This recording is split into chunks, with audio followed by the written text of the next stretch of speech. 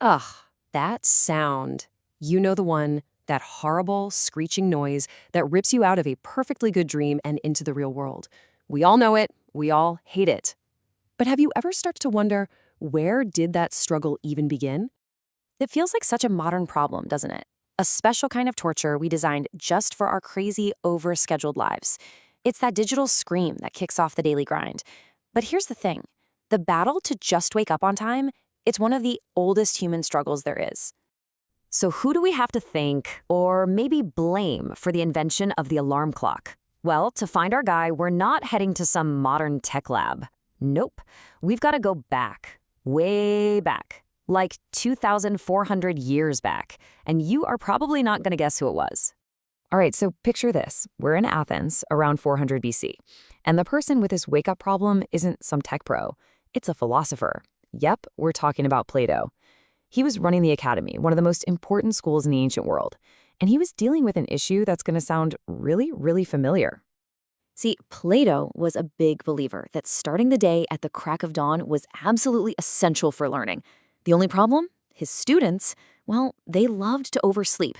He needed them up and in their seats for lectures, but, just shouting at them to get out of bed, that's not exactly philosophical, is it? He needed a system.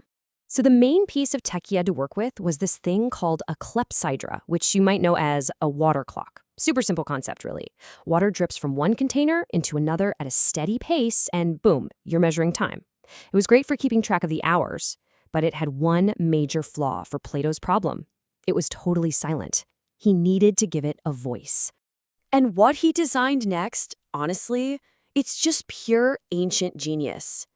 Using nothing but water and some basic physics, Plato built the world's very first programmable alarm. Here's how this incredible thing worked. You had a main water clock that dripped steadily into a second container. Once the water in that second pot hit a certain level, let's say after 6 hours, it triggered a siphon.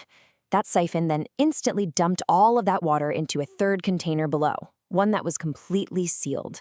All that rushing water forced the air trapped inside out through a tiny little hole, kind of like a flute, creating this loud, sharp whistling sound.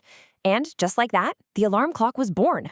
But listen, this was so much more than just a clever way to get students out of bed. This was a massive leap forward, a total game changer in how humanity even thought about time. This was the moment we figured out how to make an object do something specific at a time we decided on in advance. Just let that sink in for a second. We're talking about the first programmable audio alert in human history. Before this device, time was passive. It was something you could only watch pass by. Plato's invention made time active. You could now tell a machine to interact with the world at some point in the future. It is the well, you get it, the great-great-grandfather of every single calendar reminder and notification that runs our world today. And what's really wild is how it draws a straight line right across the millennia. I mean, think about it. Plato's alarm and the alarm on your phone, they do the exact same thing. They both have a programmable timer, and they both make a sound. The only real difference is the power source. He used water, we use code. The core idea hasn't changed at all in over 2,000 years. And that 2,400-year-old blueprint reveals something pretty incredible about us. Because this isn't just a story about a cool piece of tech. It's a story about human nature. You see, Plato, one of the most brilliant minds ever, didn't invent the alarm clock just because he thought it was a neat idea. He invented it because he had a problem, the same problem we all have, getting ourselves to do the thing we know we're supposed to do. Our tools have gotten way more sophisticated, sure, but that fundamental human challenge, that struggle for a little self-discipline, that seems to be completely timeless. So, what do you think? Is our modern tech a tool that helps our discipline, or is it more of a crutch for our lack of it? Let us know what you think down in the comments. And for more deep dives into ancient brilliance from ancient archive blueprints, make sure you subscribe. We'll see you next time.